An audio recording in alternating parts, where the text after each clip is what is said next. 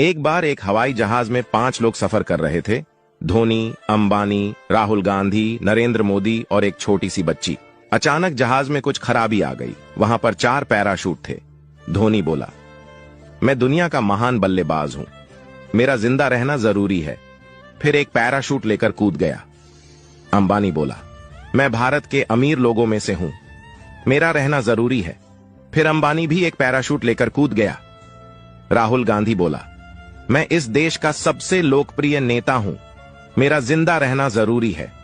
फिर वो भी एक पैराशूट लेकर कूद गया। नरेंद्र मोदी बच्ची से बोले, बेटा आप देश की भविष्य हो, जाओ आप आखिरी पैराशूट लेकर कूद जाओ। बच्ची बोली, लेकिन यहां पर तो 2 पैराशूट है, राहुल गांधी तो मेरा स्कूल बैग लेकर कूद गए।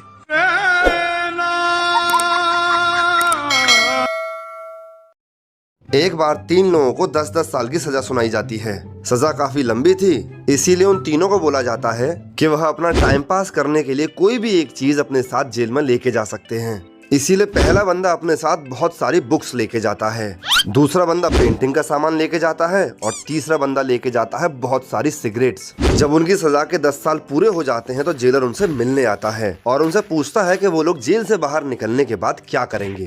इस पर पहला बंदा बोलता है, सर मैंने जेल में 10 साल तक बहुत सारी किताबें पढ़ी हैं, अब मैं बाहर जाकर अपनी डिग्री लूंगा और टीचर बनूंगा। दूसरा बंदा बोलता है, सर मैंने 10 साल तक पेंटिंग की इतनी प्रैक्टिस कर ली है कि मैं तो अब पेंटर ही बनूंगा बाहर जाके।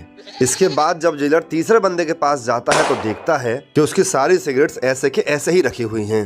यह देखकर जेलर उससे बोलता है कि भाई जब पीनी ही नहीं थी तो मंगाई क्यों थी? सर मंगाई तो पीने के लिए ही थी, पर यह भूल गया था कि इनको जलाने के लिए लाइटर भी चाहिए होता है।